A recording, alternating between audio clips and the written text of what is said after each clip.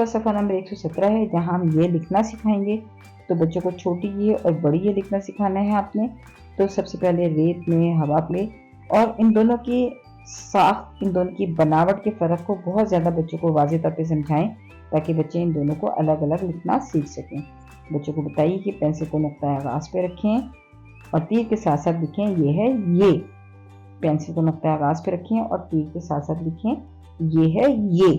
इस तरह आप बच्चों को ये तमाम सफ़र मुकम्मल करवाएं।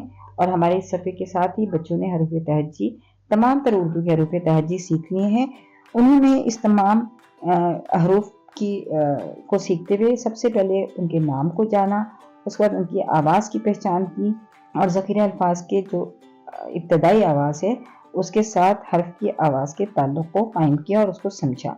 उसके साथ साथ उन हरूफ को लिखना भी सीखा। और साथ साथ इस किताब में ऐसी सरगर्मियाँ मौजूद थीं जिनकी मदद से आप साथ साथ ये असेसमेंट करते रहे कि बच्चे इन हरूफ को पहचान गए हैं। शुक्रिया। बच्चों को हर्फ ये दुरुस्त अंदाज से लिखना, नज़्म तिरछा नीचे आए, दाएं को मुड़ जाएं और फिर पेट बनाएं।